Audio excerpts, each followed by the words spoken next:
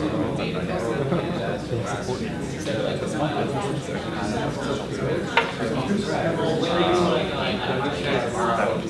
if everyone's ready, should we get started? That's my only message. But they're with Great, well, thank you for coming. Session's we're going to talk about once you've got an MVP, what you do next, how you actually take it to market, how you develop a strategy that successfully enables you to take the product to market. Just a little bit about my background. I started life as a journalist 20 odd years ago, then got tempted to the dark side, and I've been doing PR for 15 years. I've worked predominantly with technology companies of all sizes. I've worked with IBM, I've also worked with one and two man companies as well, and everything in between. And I'm now based in Toronto. I've got a company that actually helps startups to develop PR and marketing strategies to take products and services to market. It's different to the traditional retainer model, so that's basically a little bit about me. How many people here have got MVPs currently that they're kind of either looking to take to market or in the process of taking to market? Perfect. So, do you want to just give me an idea of some of the challenges that you're coming up against? Because once you've got an MVP, the process of taking it to market is really, really simple. But it's really, really difficult to get the simple plan right. So I'd be interested just in some of your experiences of what you've tried, some of the things that you've come up against, some of the things that you want to hear today, and I can talk specifically to some of those things. Yeah. Positioning and, as David was saying, understanding your market. Okay. Yeah. Perfect. we sell to a niche, and I have no idea how to get in front of those people that would actually buy. Okay. So. Selling needs. Okay. Yep. For the small businesses, that's effectively what you're selling to start with. So that's a good one. Perfect. It's a new platform. It has a tie into our existing platform and product portfolio. It's also, rather than being used by more internal users, it's going to be more externalized. Okay. Which is different for us as a company. You've got something that works with an existing product, so you want to differentiate the new product but still tie it into existing products you have in the market without alienating users of the existing products. Yeah, fill the gap, but it's going to be, again, a different consumer user of the solution. It's keeping the consistency so that you don't look at it and say, you're doing that now, or what about this? Okay, that's cool. Anything else? For a new product, competitors don't have it. Okay. Come up with pricing for it. Okay.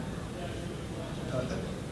Challenge I'm experiencing right now is selling a vision for the product, getting people into the product for the greater vision, but since it is such an early stage, it hasn't achieved that vision yet, and it can only achieve, let's say, a percentage of the value that you hope it will at some point. Perfect. So it's preparing for the future with something that isn't quite there yet, but has the potential to grow and develop. Okay, perfect.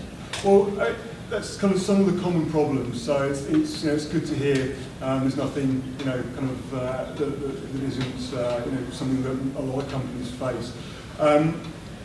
One of the things that I struggle with looking at traditional approach to PR and marketing is that the whole thing is around awareness. It seems to be that now, and increasingly with social platforms, the more people that you speak to, the greater the chances are that your product will grow, will flourish, the brand will develop, and you'll have a successful product in your hands.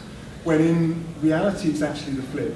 It's in the early stages when you've got an MVP, you've done a lot of customer research right at the start to enable you to come up with the specifics of the product and service. So you get the MVP, you've got to have something to work with. If you use the lean methodology, you'll have gone through validating hypothesis, you'll have looked at what customers want, what they don't want, combinations of things, what they're prepared to pay money for. And when you take it to market, when you're developing the communications plan to take it to market, when you're looking at pricing, a lot of it is similarly tied into that. It's an extension of the work that you already do to get to the point with the MVP. What traditionally happens though is that once you've done that initial research and you've got to the point where you have an MVP, people then turn and they stop asking questions, they stop talking to their audience, and they start to pitch it. And they pitch it to everyone. And they start to look at the product and say, well, I see this has a perceived value, and somebody mentioned that this is a feature that they wanted, and this is a problem that they're solving, without actually really understanding en masse what the problem is. That's amplified by the traditional approach where you take it to as many people as you can, and most PR companies will develop a media list which is 50, 100, 150 people, try and pitch it to journalists. You try and pitch a product to 150 people that all have different interests, that all have different audiences, that all see different things in it. You may be an unestablished brand, so you have no heritage, no pedigree for them to latch onto. You're effectively pitching potentially 150 different plays on the product. And that doesn't work if you get pick up in certain places, and they may not be the specific outlets for your target market. But then that builds, and people will look you up online and they'll see you had coverage in a certain publication, on a certain website, somebody's written about you, they've picked one of those segments, one of the things that's most interesting to them. And you very quickly lose control of what it is that is the reason why the primary majority of the people that will buy your product will buy it for. It all goes back to the fact they haven't, most companies, most entrepreneurs haven't done the work, and they've not been able by PR and marketing agencies to actually look at who are the first people who are going to buy your product, who are the early adopters. And that's really where you need to start. You need to carry on the work you've been doing with the MVP to figure out what the feature function is. But you need to carry on those conversations to figure out how you position it.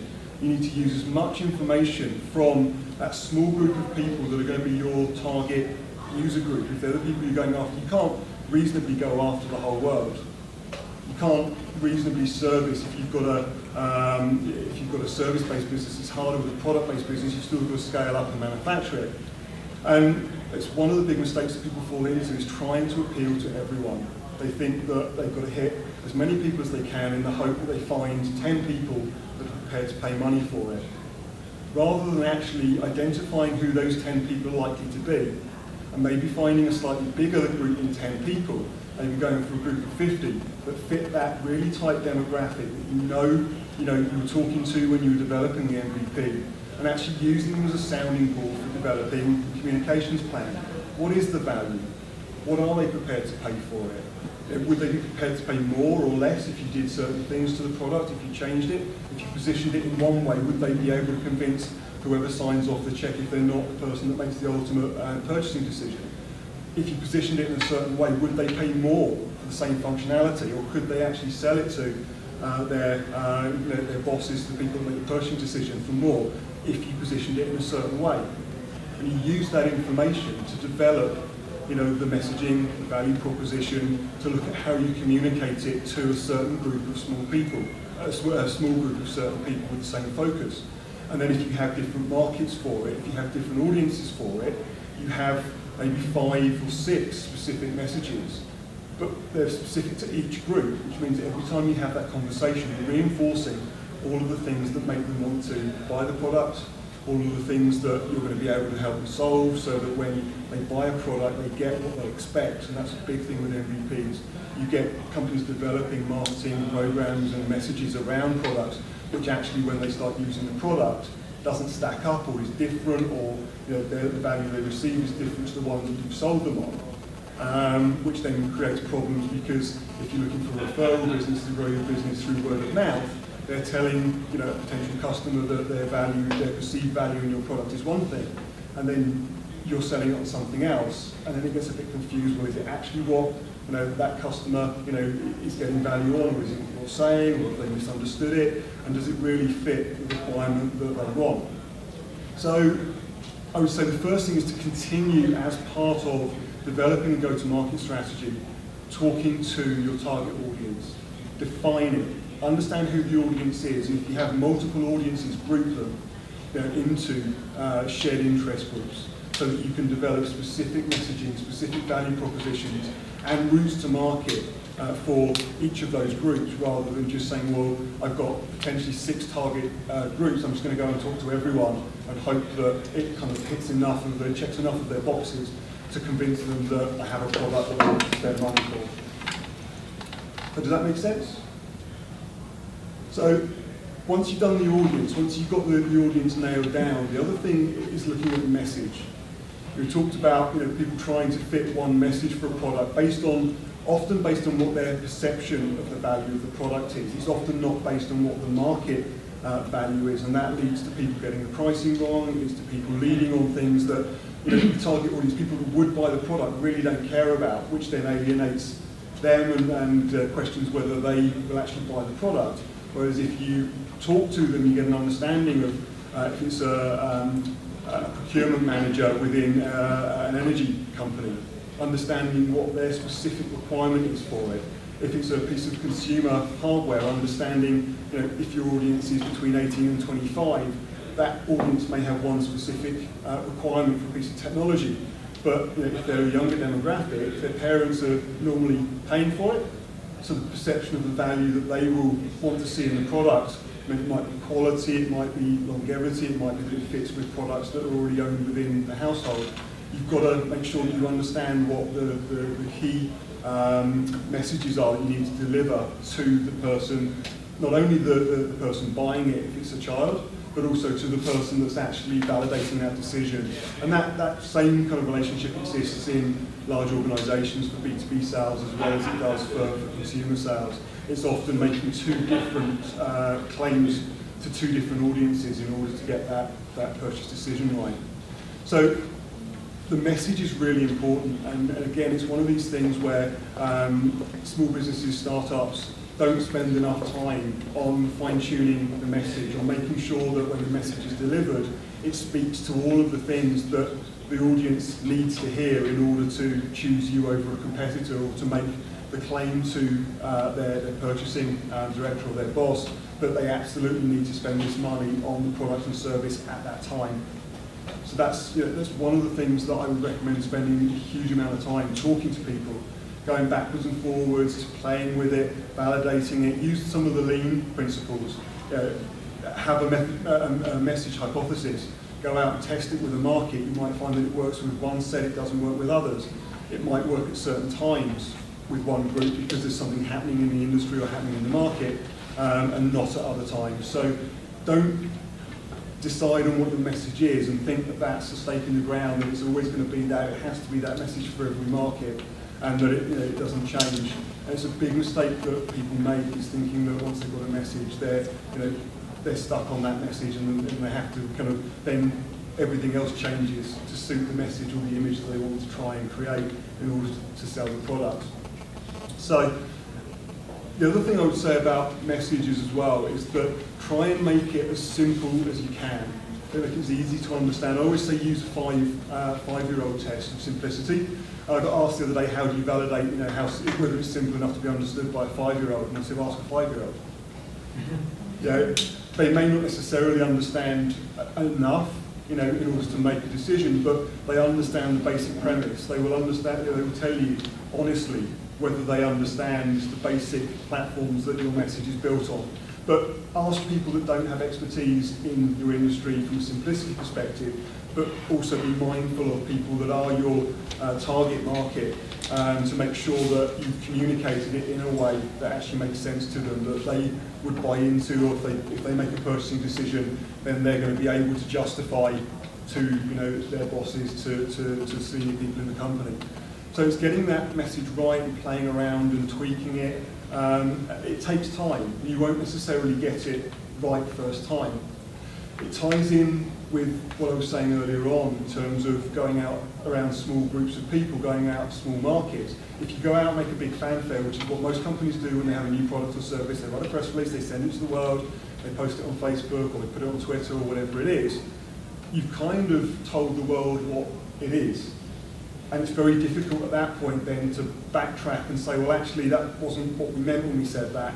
Because people that actually see that message, if they are your target market, you then try and say, well, actually, didn't really mean that. It was, a little bit more like this and a little bit less like that. It becomes harder to change it once you've made the big fanfare. Whereas if you're talking to small groups of people, you can get feedback, you can get input, you can actually then tweak it before you go out to the market en masse. If you're talking to 10, 20 people, it's easier to be able to fine tune it and tweak it. The other thing is that those 20 people, the small group of people at the start, will actually like the fact that you're asking them. They'll like the fact that you value their input enough to actually take into account what they want in terms of messaging for products. You'll find that sometimes that will bring loyalty, sometimes it's a cachet thing and they'll tell other people about it, and the other people that they talk to may be similar profession to them, even if they don't have a need for it now. You start that word of mouth by giving the early adopter market some ownership. They're involved in helping you polish the product, in helping you to create something which they obviously see a perceived value in, otherwise they're not going to give you the time to help you with it. The other thing that once you've done that, once you've got the audience identified, you've played around with the message, you've got the message right for a certain audience, is timing. Everyone thinks that when you've got an MVP, that the minute you've finished the MVP and you're happy with it, that's the time to go to market. And I would say 99% of the time, it's completely wrong. The time to go to market is when your audience is ready. When you've identified an opportunity, and it might be that the opportunity exists, but certain things happening in the market of the people that you're hoping to buy your product or service is there. So be mindful of that. Look at what's going on, all the research that we're doing as part of validating the business idea, of developing the MVP, of looking at messaging and looking at what you need to be communicating, and give you a sense of I am a brand, I'm launching this brand. You're not launching a company or a product. The brand is what your customers say about you. It's what they tell other people about you. You can input in it, but you can't ever launch a brand because it changes, and it's also at the mercy of what target audiences communicate about you. Is what they latch onto. So I think it's one of those things where do as much as you can without handing it across to somebody else. And in the early stages, it will save you time, it will save you money. That's one of the reasons why I set up the company that I did, because I saw the problem that if you're a small company, going to get PR help right now costs thousands every month, and they want to sign for 3 or 6 months. Whereas what we do is entrepreneurs come and say, I have this problem. It's a specific problem. This is the outcome that I want, and I'm trying to get this outcome. How do I do it? And we help with some messaging stuff, or we help them to look at how they deliver it. We come up with some creative ideas. We look at audience, and we do audience polling sometimes.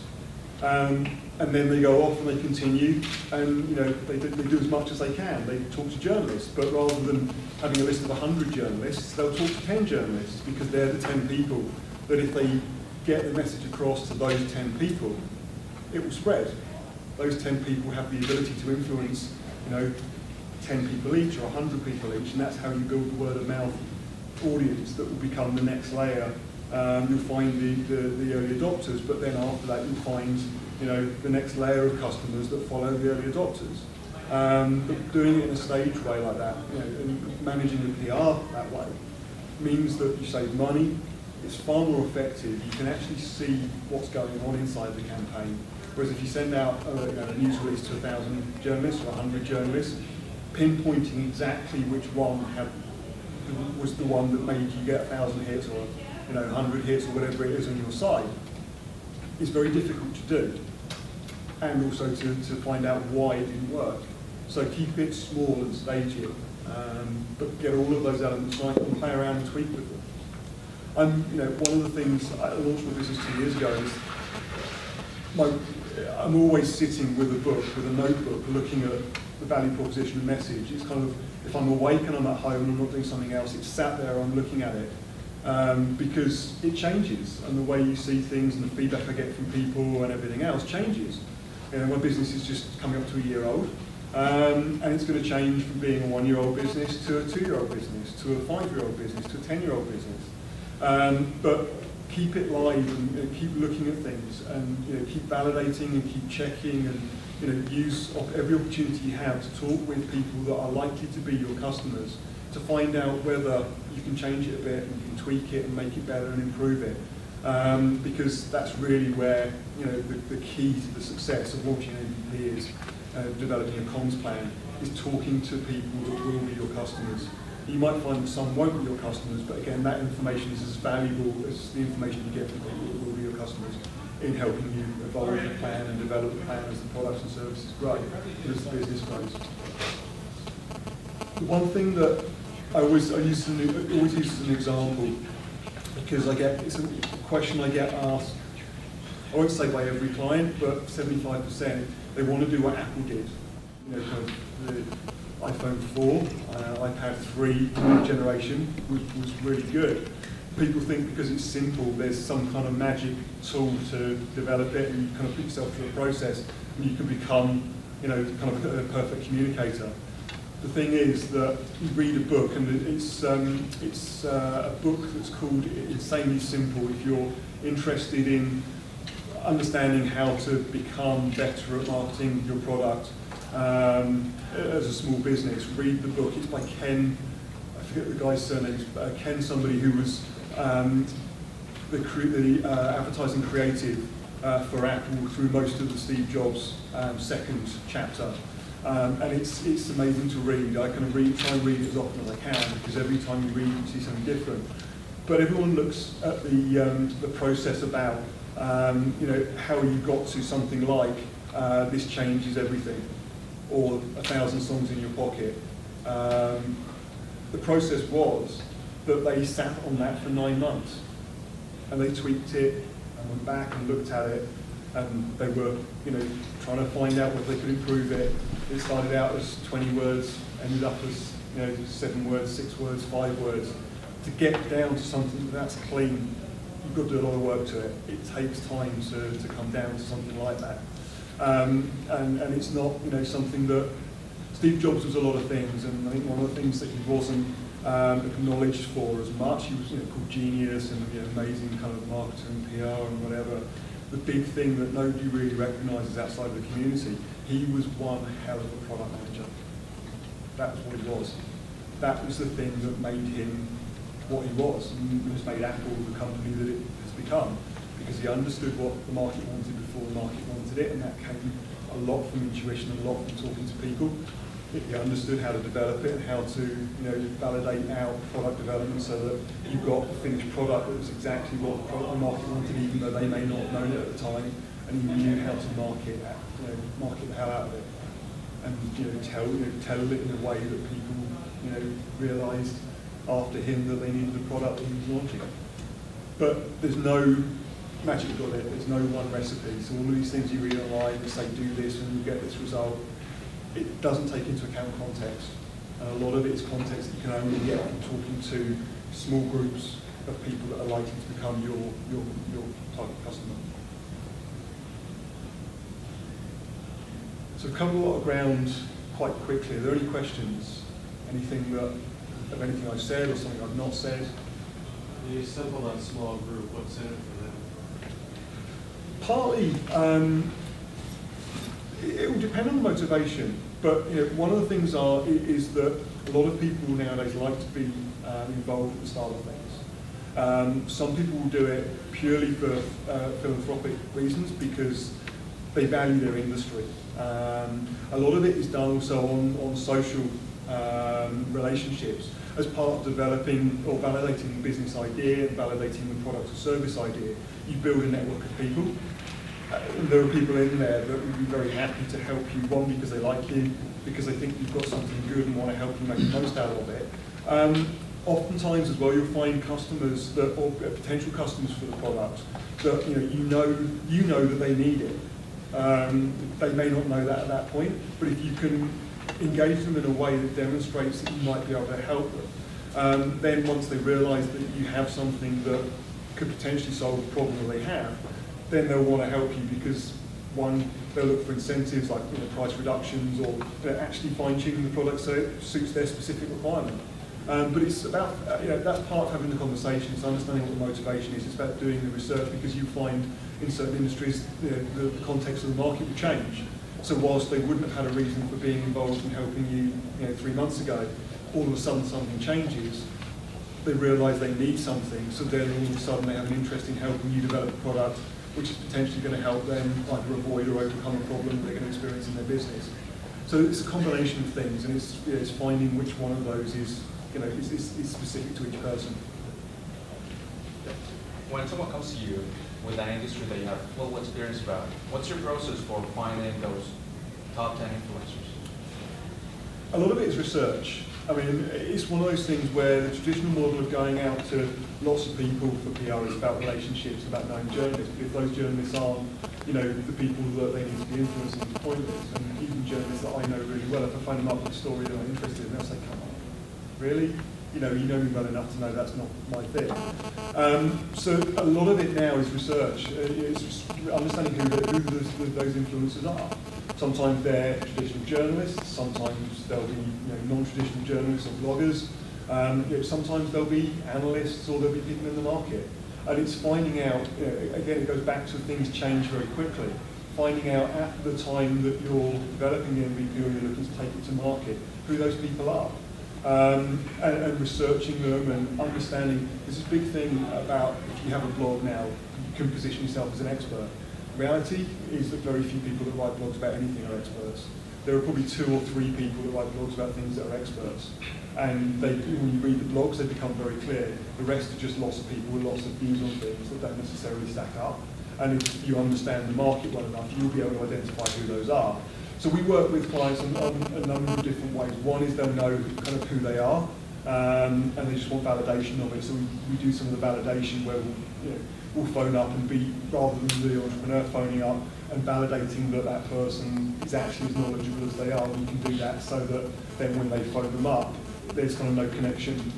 They've not already had that kind of introduction where they're kind of fishing for information. But a lot of it is reading. A lot of it is reading opinions and becoming knowledgeable in certain industries.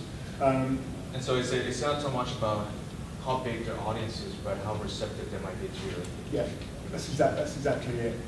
Because the thing is that if you, it's one of those things I talked about this a couple of weeks ago. So if you take a publication that has 300,000 subscribers or 300,000 readers on an average week, so that's a daily. We have 300,000 readers Monday to Friday.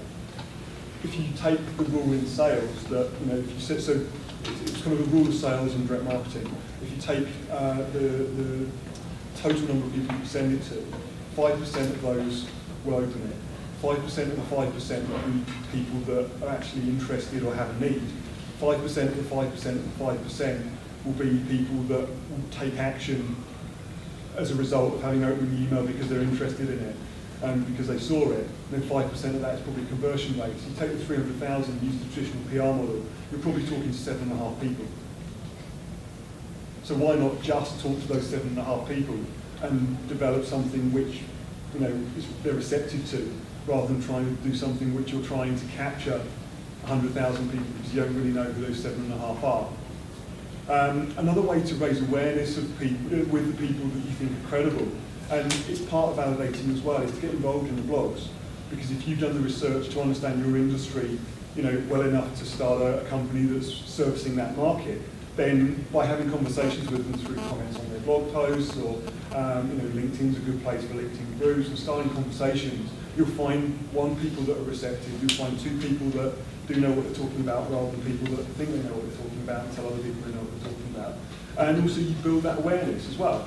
So that if you're regularly commenting on somebody's blog, they'll know that. They'll realise that you have a vested interest, that you have a level of understanding that, then when you go to talk to them about product or service, you've already got that kind of initial awareness because you've actually been giving something back before you're asking them to do something for you. And that's one of the big things about doing PR.